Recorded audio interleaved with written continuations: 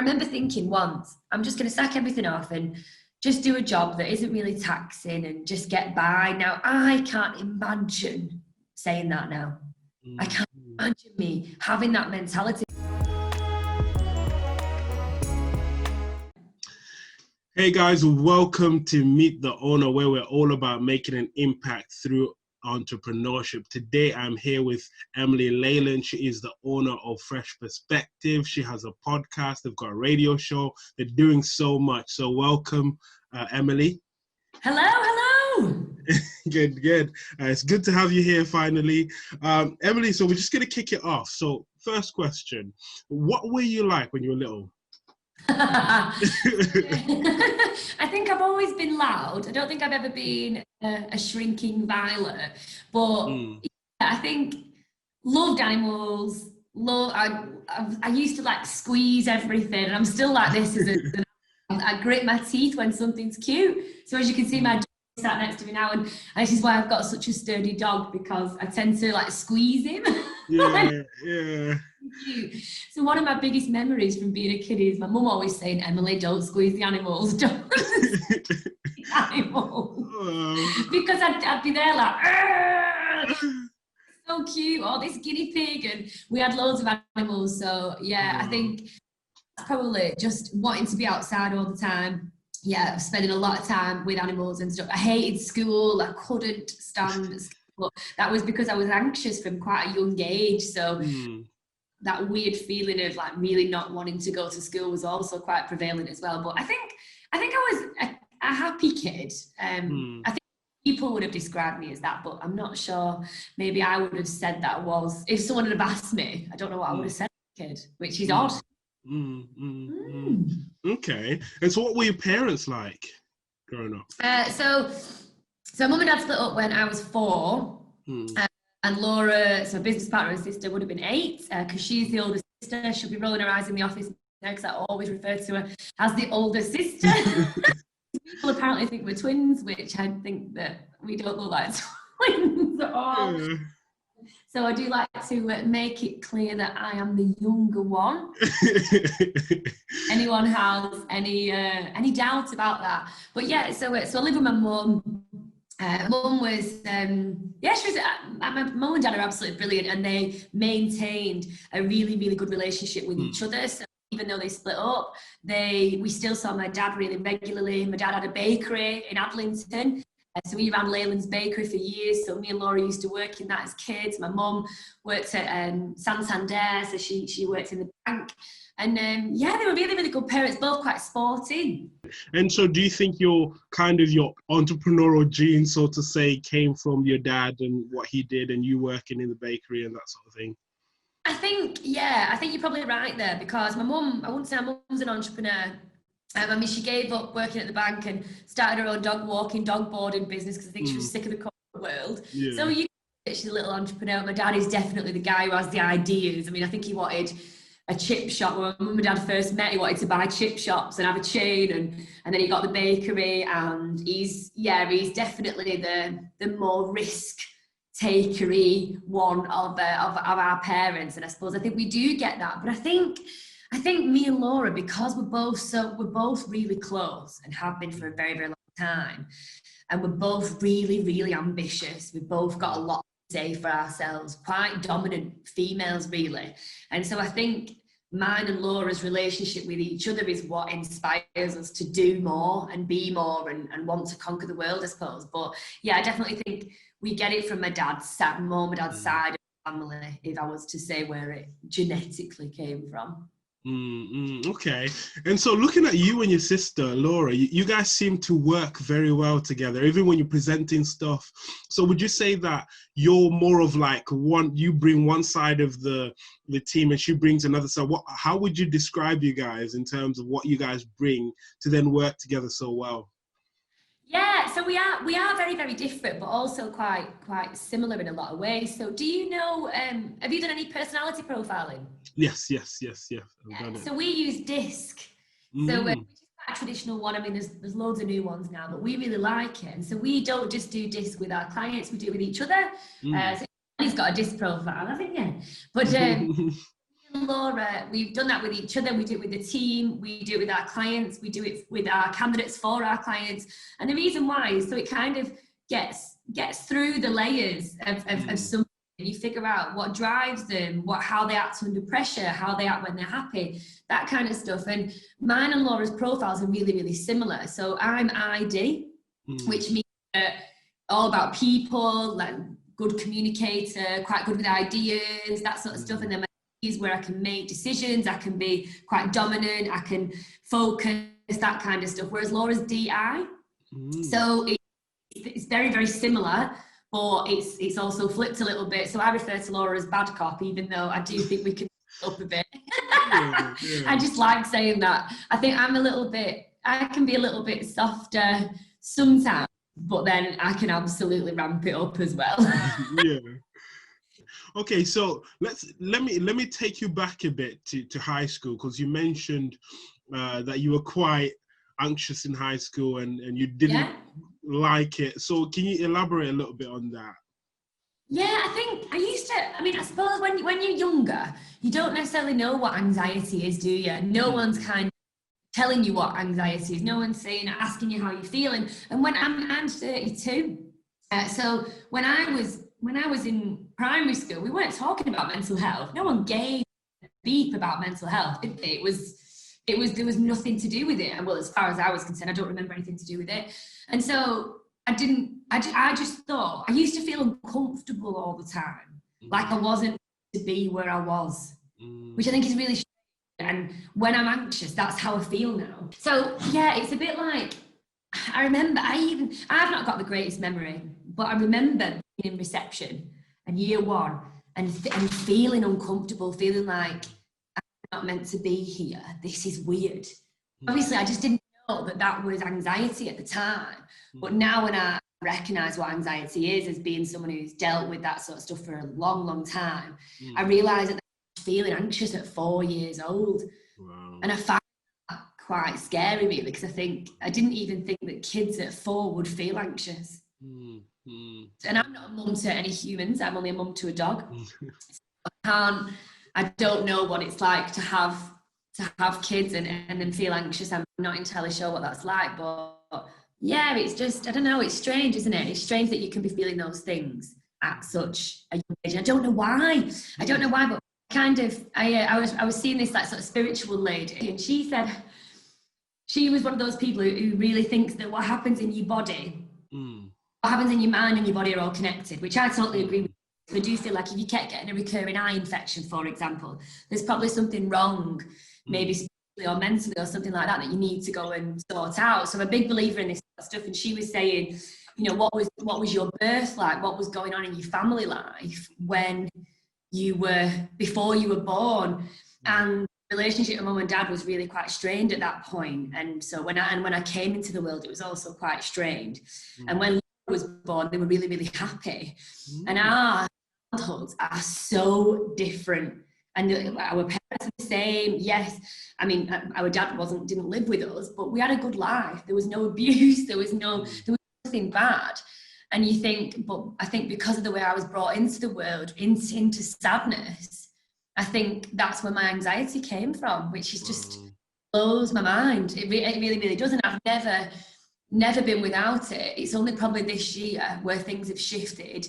And I've done a lot of stuff with my ego. I've learned a lot about the ego and my mental health, and I suppose being more present and in my body. And that's really how I deal with my anxiety. But when you look at that sort of stuff, it can be quite scary, because you think, oh my, it's nuts. Wow.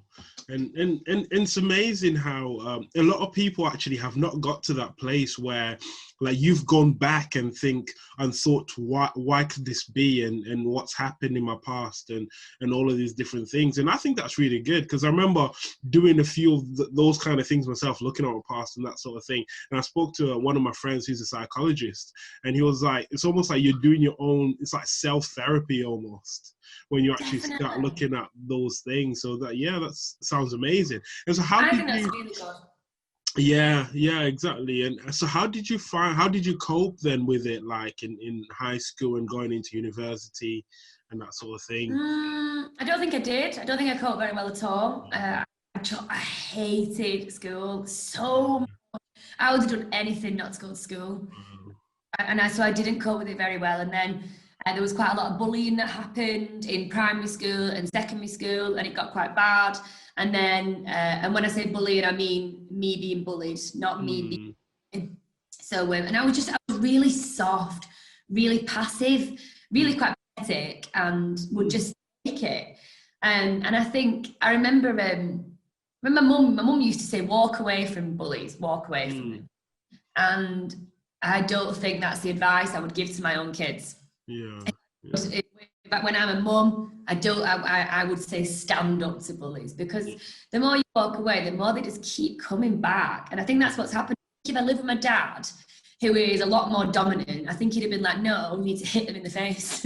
And I think that would have been a different experience for me, but I didn't have that, and it got really bad. And then I got into college, and I remember being in English, and this English teacher just went nuts all of a sudden, and she just lost it. And she told me that she shouted at me for being on my phone, and my phone was in my bag, and I was trying to tell her that I've not got my phone on me, and she just went psychotic. And so I responded saying like, shut up, like what is wrong with you?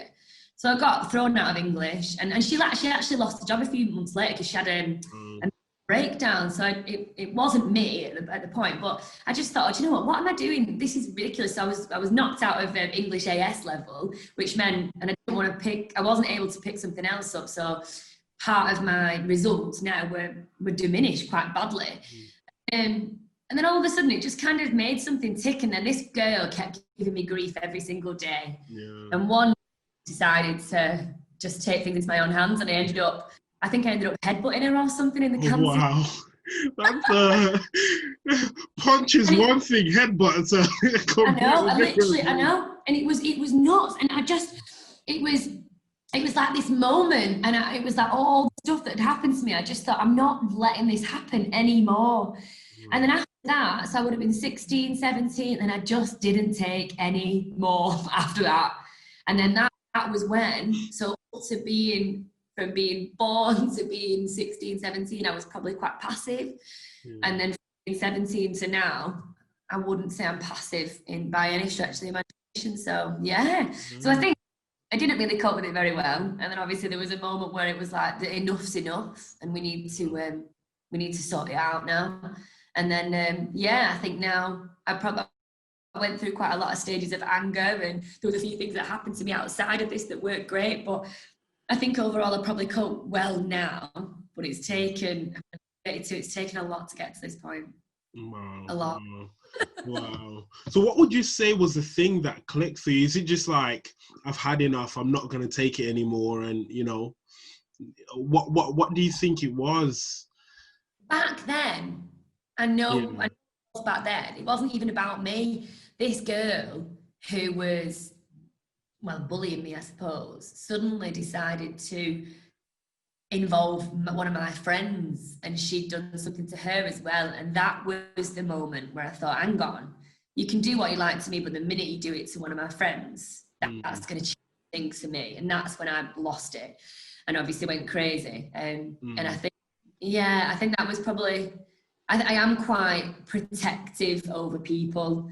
I've got a staffy, and that comes with its own issues, because people are scared of staffies, and people think they're a terrible breed, and that he's evil and stuff, and he's the gentlest little being ever, but people do that. So I protect him, and I get the whole mama bear thing going on, and I protect my staff and my sister and my family and my friends and stuff like that. So I think when it impacts them, that's a bit like, whoa, enough's enough now. Take control. But I think in general, I think the whole clicking of things, I think it was January of this year, the mental stuff with me, where it got really, really bad. And I split with my ex-boyfriend for my choice, because I was just in this relationship. I was like, what am I even doing? And decided that I needed a year to just sort myself out. And that's exactly what I did. But I think it was just time on my own, and thinking, I'm not happy. I'm not where I'm in life. What am I going to do? And then this year's just been crackers as a result of it. So it doesn't work very methodically. I'm sporadic, I'm cyclical. I'm not a linear person by any stretch of imagination. I'm very spontaneous, love surprise, that sort of stuff. So when people ask me stuff, I won't be dates and times and things like that, but I'll be able to tell you how I felt at that time. It's much more emotional for me. So yeah, wow. So how did you get into what you're doing now in recruitment from doing media at university? I know. Well, I remember I didn't want to go to the open days because I was too nervous. So after leaving college, I kind of left college under a bit of a cloud. I got a couple of A levels, and they weren't too bad, but I did leave under a bit of a cloud. And then I thought to myself, I don't really know what to do with myself. And I used to apply for the BBC probably once a week to get into the BBC. I never got on it, but that's what I wanted to do. I wanted to be a presenter. That was my all-time dream. And I was speaking to Laura, my sister, and she was working. I think she'd started working in recruitment at that point. Laura did 7 years before we went internal, so she's been in recruitment a really long time now. And like, why don't you go to uni? And I was like, I don't want to go to the open days and stuff though. And she said, well, I'll ring up and get you in, then I'll pretend to be you. So Laura ran Salford Uni. Wow. And pretended to be me, and on this media course, and I didn't even know what the course entailed because I hate details, so I didn't even read up on it. I just turned up on day one and just went to where I was going to go and signed in, and then that was it. I did that for 3 years. Wow. It's crackers. And then I did so the degree was media, so we did journalism, presenting, radio in it, the technical stuff. And again, I did a presenting module, and the guy they would record you like this and play it back to the class and scrutinize you. And in hindsight, that is fine, that you need to get better, but I didn't have enough self-esteem, self-worth, confidence to be able to be scrutinized publicly. I just wasn't, and I don't think anyone would at that age either. I've got to be a special kind of person to not care about that.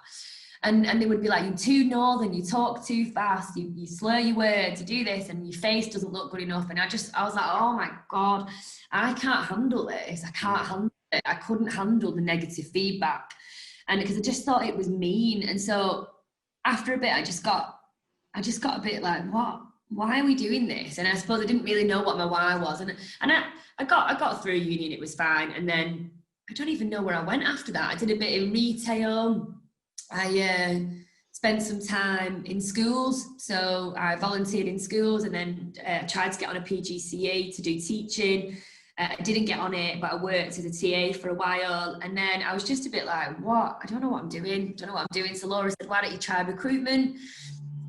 Where I went to a few agencies, I just had such a rubbish time because the agencies that I went to, as much as I enjoyed my time there, you did need to lie. You needed to lie to get leads in order to make money.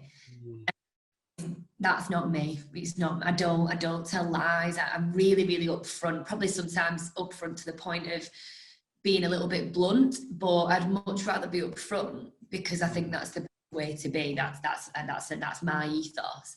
I couldn't lie, so I moved jobs 3 times in about a year and a half, and I was just like, I'd rather have a car crash on the way to work than go to work. And I was like, what am I doing? Why do I always feel like I don't want to be somewhere? And then Laura was working internally then. She'd moved to an SAP consultancy, so an ERP house in Manchester. And I was going in 6 months to try and find myself, a bit like Julia Roberts in Eat, Pray, Love.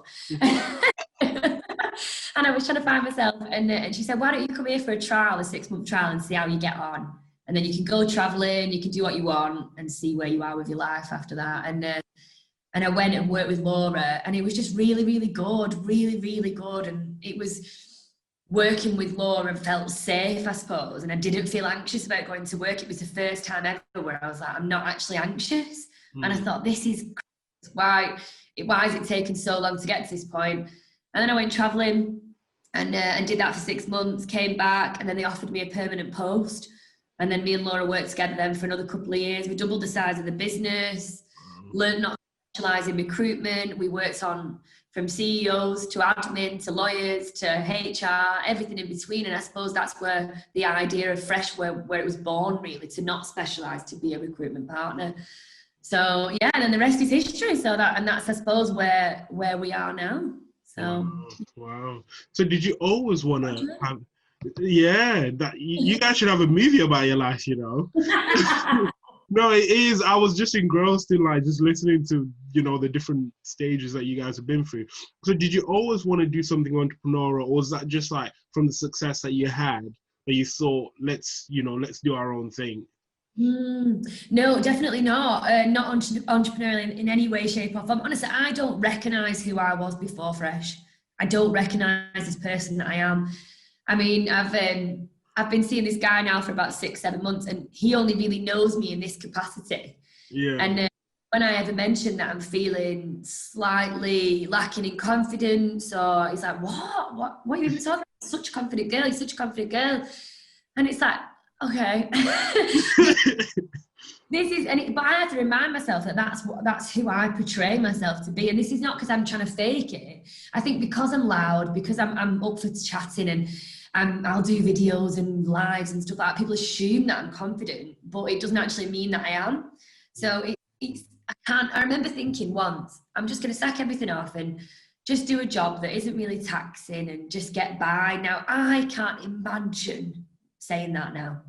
I can't imagine me having that mentality, but that was because I didn't feel that I added anything to the world. I didn't understand my value or my uniqueness, or I suppose what the world would be like without me. And when I think about it, and this is why I try hardest to build the girls up that we've got here, we're constantly injecting confidence into these women to make them realize how good they are, because I think women especially have got these issues where they don't feel like that you are passive, you are just there to be looked at, doesn't really matter what's in between your ears. There's all these sort of subconscious thoughts that are running through your head. You're not aware of it, even if you're not aware of it. And so yeah, it's nuts that I wasn't. I was very passive and very happy to just have a very mediocre life and do that. And now I can't imagine not having a full life. Wow. Nuts. It is nuts. Yeah. So obviously you started Fresh. Obviously you do a lot of like videos and stuff like that. And how did that start? How did you initially get the impetus to be able to do that, even if, you know, confidence was a bit of an issue in the past and that sort of thing? Yeah, good question. And sorry to just add a bit, because at the where things are at the moment in business, in marketing, especially when you're starting out a small business, it's critical. Marketing's huge, and because of social media, marketing can be free, but it's the content that you're putting out, isn't it? So how did you initially get the boldness, the confidence to start doing that? Well, I didn't. Yeah, so it's only this year that I've found this confidence to just go out there and conquer stuff. It's before this. So before 2020, I was more in the business rather than forward facing. So Laura worked in sales. She drove business forward. She was out there in the public eye. She would be the one going to networking events and that sort of stuff. And I would be here with the team. So I would manage the team. So I would ensure that we delivered for our clients, that the girls were okay, that we were achieving, that sort of stuff. And I would help in delivery as well. And then we wanted to get into videos, and our business coach at the time said that you need to start doing videos. So we were like, right, okay. And I thought, oh God, this is I don't want to do. I do not want to do videos. I don't want to see my face on a video. It's just not what I want to do. And but we were kind of just like, listen, you're going to you're a modern company, you're going to get left behind if you don't. And so we started doing a tip series. So if you go back to way back when, we're there like quite far away from the camera, like rabbits in headlights kind of thing. And yeah, it was really, really tough because none of us really wanted to do it. But like anything at Fresh, once we say we're going to do something, we will just do it. We will smash it, and we will do it to the best of our ability. That is our I suppose that's our mentality here, that if you're going to do it, you're going to do it well. You're not going to do a half-assed job of anything. You've got to go hard, or you may as well go home. So we started doing the tip videos, and then we did that quite a lot. And then Laura started doing her own videos and stuff where she'd talk about how we charge and how we work as a business and that sort of stuff. And then I don't even know if I'd done a video of my own until when the announcement came out that we had to go into lockdown in March, and we were told to shut our office doors and go home. Then for some reason, I just said to myself, right, you need to get on camera now. You need to show the world who you are, because we need to keep this business open. And so it was, I don't know, it was weird how it came. I didn't tell anyone that I was going to do it. I just recorded my first video at home where I just talked about what it's been like for us and stuff. And then after that, I started doing a video every single day, and people just almost went a bit mad for it. And I got really, really good feedback, and people were saying, oh my God, you come across really well, and I really like your personality, you're really bubbly, you're lively. People started contacting me to do work with us, and it just went crackers. So it's only this year really that I suppose started my video journey, but it's been a game changer for Fresh. And then the team started doing it, and then we started doing live. So we do a live every single day across all the platforms, and a different person in the business looks after that. And now none of us can believe that we were ever worried about video, but it has genuinely been a game changer. And I think the reason why is that people can see so much more from a video. They almost see into your soul. They see what you're about, they see your facial expressions. What I suppose it just adds so much more depth than a simple post would on LinkedIn or a phone call. And people will watch a video of me and think, right, I really like her, I'm going to give him a ring because I need to recruit, or I'll stay away from her. But that's also fine. If we can have that filter in the beginning, then that's great. So, yeah, and I think now that we're doing this, we advise other people to get on video, to just do it and get out there and show your authentic self to the world. Because when you're authentic and you're actually who you are, then you attract people who also want to be around people like you, and that will work for clients, friends, associates, whatever it is. And you will actually work with people who you're meant to be working with, not who you just pick up because of a cold call. Does that make sense? Makes perfect sense. And you can see, and it is really inspiring, because every time I see any videos, I'm like, I should do more videos, it is really inspiring, because it makes you think. And what you said before about when you did media and you had to listen back to yourself and you got scrutinized for it, it almost sounds like you've taken that and said, you know what, I'm just going to be me. I'm just, and that's exactly what comes across in your videos. It's just, this is who I am. This is my dog Lenny. This is my sister. This is just who I am. I'm not trying to, make things up, or and I guess that's what confidence is. Being able to just say, this is who I am, this is what I do, and that sort of thing, without being afraid of it. Absolutely amazing. And so you guys obviously do a lot of video, and you do a lot of this, and everything about your company does not sound like a recruitment company. That's why I keep saying, I don't know what you lot do. It doesn't sound like recruitment.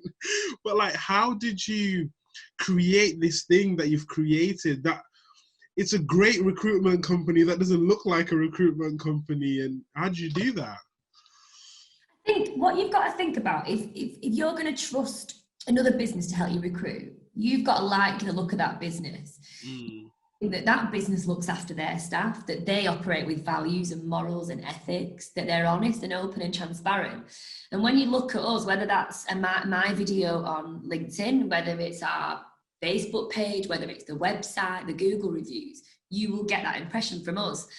And it's the same, if I was looking for a HR partner, I'd want to see that they treat their own staff well, that they treat each other with respect and kindness and all that sort of stuff. And so if you can create that window into your business, then people then the people that you'd like to work with will gravitate towards you, because they can see all that. We're not just a recruitment business, and I suppose that's what you're saying really. We're much more. We're a brand. Fresh Perspective is a brand. It's a brand full of entrepreneurial women who want to succeed, give back, add value to this world, and disrupt the industry in a really, really positive way, where we've got our own radio show, our own podcast, we're trying to get into TV at the moment, but it's all to entertain, to teach people, but in a fun, a little bit naughty, just in a way that makes people want to learn. So if I had teachers in the way that I teach my team, I feel like I would have done so much better at uni, at school, because it would have been fun. I would have been like, oh my God, we're having a laugh about something. We're not just reading out of a textbook. And it's just, life is not about being boring and lacking in colour and ambition and all that sort of stuff. It's about, you're literally here for a really, really short amount of time. And if you're not going to enjoy it, then what are we doing? What a waste of time. And so with us, it's when people will contact us and be like, God, how have you created this? How have you created this brand? How have you got the girls in your business to act as these brand ambassadors? But it's because we're a family. We don't tell the girls to act a certain way or to say certain things. Obviously, we encourage them to post and get out there and be visible and show themselves to the world. Of course we do. But they're not robots. They say what they want. But they say it because they feel valued and they feel loved and they feel part of something bigger. And that's the difference, really. And I think if people can see that we do that internally, then why wouldn't they want to work with us? Because when we work with a particular client, we don't just recruit for them. We go out and scream about them. We do videos. We put love boosted posts out there. We go crazy on behalf of them because we believe in them. So I think we focus too much on creating a business, and we don't think about the brand, what does that represent? What is your why? Why do you do what you do? Because when you know why you do what you do, then you'll just go so much further, because that is ultimately what it's about. And when people say, I want to make money, a lot of the time they're probably not making money because that's all they're bothered about, and they won't be open to receiving anything else. Yeah, no, because it sounds like, from what you're saying, it sounds like a lot of your life has been driven by greater whys than just yourself. It's like when you talked about when you headbutted the girl in school, it wasn't just about you. No. It was about your friend, and you're like, no, I'm gonna protect this person. And all the way when you talk about, your sister and your dog and the people that you work with, you can see that your why is very much driven from all those around you. It's not just about you. And yeah. I think that's really important for a lot of people to understand. A lot of people just do things just for them. Yeah. And that can only take you so far, isn't it? And clearly for you guys, it's taking you to where you are now. I've got so many other questions, but looking at the time, so we'll try and keep it short.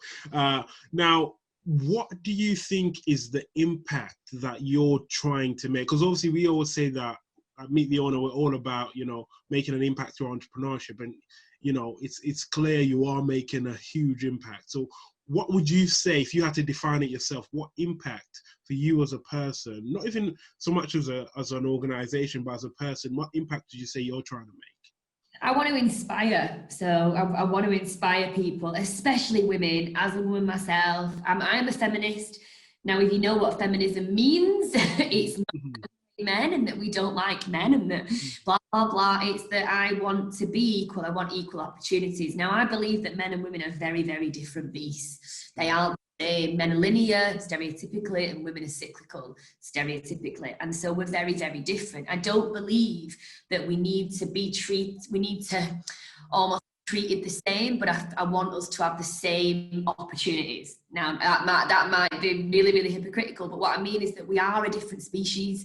We absolutely are, but I think we should be given the same opportunities if we choose to have them.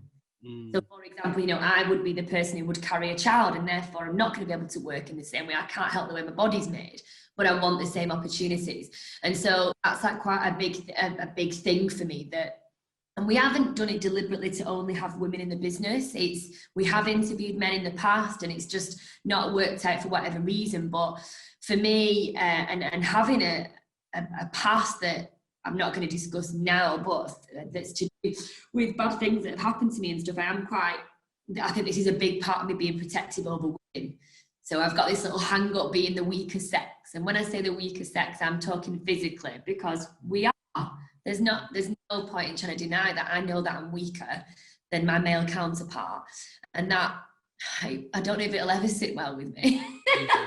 As a dominant female, I find that difficult. And so I want to nurture and support and inspire women to drop these barriers that I used to put on myself as well, that you can't be who you want to be and that you're not strong and all that stuff, and tell them that they are, and give them that opportunity to go out there and do really, really good things. Like our girls, like Ronnie worked at Starbucks before, Ellen was in a job that she hated, Jane was working in retail before, Evie was working in a bank on the cashier, and none of them were particularly inspired or motivated, and now they're just doing ridiculously amazing things. They're public speaking, they're doing their own lives, they're doing videos, they're doing all this mad stuff, which is just insane.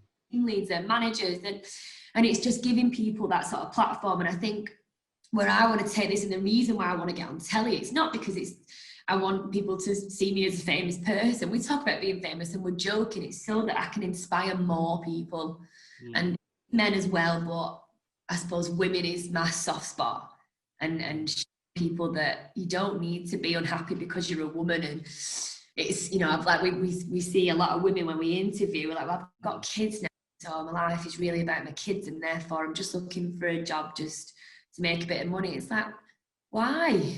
What about you? You still matter. You're a human person on your own. You're a whole, and you've got kids as well. They're little branches off your whole, but you can still be you and do what makes you happy. And so I want to be on a big stage talking about recruitment and how we disrupt the industry. But what I would love more is to be on a big stage talking to women about how they can be who they truly want to be. They've just got to move through these limiting beliefs and leave them at the door and go after what they want. Grab life by the boobs. What I would love, I love it. Like, you don't understand the feeling that I get, and it's so emotional. I can feel myself tearing up now, but the feeling I get when my team achieve is so great that, for God's sake, I'm actually like, well, it's cheering me on a Friday morning. You've done, you've taken the beast, but it's that sense of achievement. And I don't mean for me achieving, I mean knowing how they feel about themselves is like nothing else. Yeah, no, that's absolutely incredible. And I believe you're gonna definitely achieve everything. You've got enough passion and desire, and I don't even know what other words we can use to describe how you clearly, you know, feel about what you really, the impact that you want to make. And to be honest, for me, looking at you and what you're saying, for me, it's what entrepreneurship is about for me. Yeah. You know, this is exactly what entrepreneurship is about. It's not just about going out and making loads of money and all of this. No, definitely not. You know, it's exactly what it's about. It's amazing. Tell me just very quickly some successes that you guys have had. So for you as a person or as a business as well, just what are some highlights? Oh God, there's loads. So obviously the radio show, which is new, we're only on episode 3, so they come out on a Wednesday. The podcast, it's not just that we've got a podcast, the actual success rate of the podcast is really quite extreme. So we've got an age range of between 18 and 93. It's being watched. I think we've got 91 people are watching it, and there's only 11 episodes up. I think there's 13 now, because we've uploaded a couple more. But yeah, so that's really, really successful. We won Employer of the Year last year at the Downtown in Business Awards, which was really, really good. The year before that, we won Entrepreneur of the Year at the Lancashire Business View Sub 36. What else have we done? We were in the Times. So we're in the Sunday Times a couple of, well, it might be a month ago now, which is just absolutely crackers. We've obviously expanded our team. So there's 6 of us now, and we're looking for our 7th person.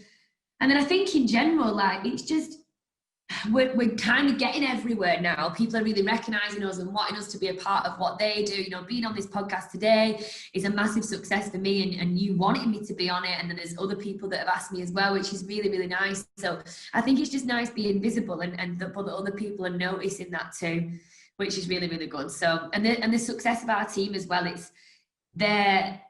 during lockdown, they have really, really come into their own. I think having to survive without me and Laura here as their sort of buffer, being at home and going through their own traumas, not being able to see family and stuff like that. I think what that did was show them how good they really are. So they were like, God, I'm actually pretty good at this. I can survive on my own, in work, be really successful, run webinars. We pivoted, I know pivoting is that word that everyone hates at the moment, but that's exactly what we did. People weren't recruiting, so we did something different and we went into training, and the girls just did it. They just do it. They just get onto a new idea and they just utterly smash it. So, and then we've also got our first fresh baby. So Jane, our team lead, is pregnant. So she's going to be giving birth in December. So it's going to be, we've already got a tiny fresh baby girl. So obviously, so the baby's going to come out wearing a fresh uniform. Oh, wow. So loads of good stuff, loads and loads. Amazing. And just final question. So what would you say to, you remember we talked about that 4-year-old that was really anxious? Yeah. What would you say to that 4-year-old Emily? She might not be able to even understand what you're talking about, but looking at where you're at now, what would you say to her? Oh, God. Flipping it, what a question. I think I would probably tell her to speak up, speak her truth, and say, find someone that she could talk to and that she could not even trust, but just someone that you could open up to and have that conversation with, that would listen and not just tell you that you were being stupid. Because I think if I'd have spoken, so I remember I used to say to my mum, I'd say to her, like, I don't want to go to school, and she would ask me why, and I suppose I'd say to her, I don't like it. And if I'd have maybe been able to tell her how I feel, but as such a young child, that was difficult. But if I could have said, I feel this in my stomach, and this is, and whether she would have been able to understand me or not, maybe not, because maybe she didn't know what anxiety was. But I think finding someone that would have listened and potentially tried to understand would have been a really, really good thing. Because I think now, when you feel anxious and you can go and do something about it, you can meditate, you can do yoga, you can do breathing exercise. There's so much stuff available to you. But back then, there just wasn't. And so I think if I had kids, I'd just be wanting them to tell me everything. Tell me how you're feeling. Let's just talk. Let's get it out in the open, because mental health is so important. There's no point looking after your physical body if your brain's an absolute scrambled mess. We need to work on the inside first, because that will reflect on the outside. So yeah, I think if I was to do it all over again, it's just trying to find someone to be able to speak your truth to and hope that they listen. Incredible. Absolutely, Emily, it's been absolutely amazing. Thank you so much for being honest, authentic, and thank you for, going into the world, making a huge impact on the world. The girls that you work with, everyone that you impact through your videos, your positivity, your inspiration. Thank you for the impact that you make. You do make a great difference, and I can't wait to keep seeing more of what, where you're going to end up. I can't wait to watch your TV show. You definitely. Oh my God, me neither. Yeah, I cannot wait to. Years time, but. Yeah, exactly. I can't wait for that. So thank you so much for today. So where can people find you? So where would you? Oh my God, literally everywhere. But thank you, by the way, before I tell you where you can find us, thank you so much. Your questions have been absolutely epic, really, really good. It's like talking to a counsellor. And I've seen enough of those, so you do really, really well. Thank you. Yeah, we're in a lot of places, so you can just stick our name into Google, so put Fresh Perspective Resourcing in, and you'll find our website there, or just type my name into LinkedIn. We're on Instagram, Facebook, Twitter, TikTok. We're literally everywhere, so you can search Kitchen Island or a Fresh Perspective on Business or Fresh Perspective Resourcing or our name. So we are really, really easy to find, and if you can't find us, then you're probably spelling it wrong. Yeah. No, thanks a lot, Emily, and thank you everyone for watching the video. So please do remember to follow Emily, subscribe to their channel, support what they're doing. They're doing a great job, and please do remember to subscribe to our channel if you like this content.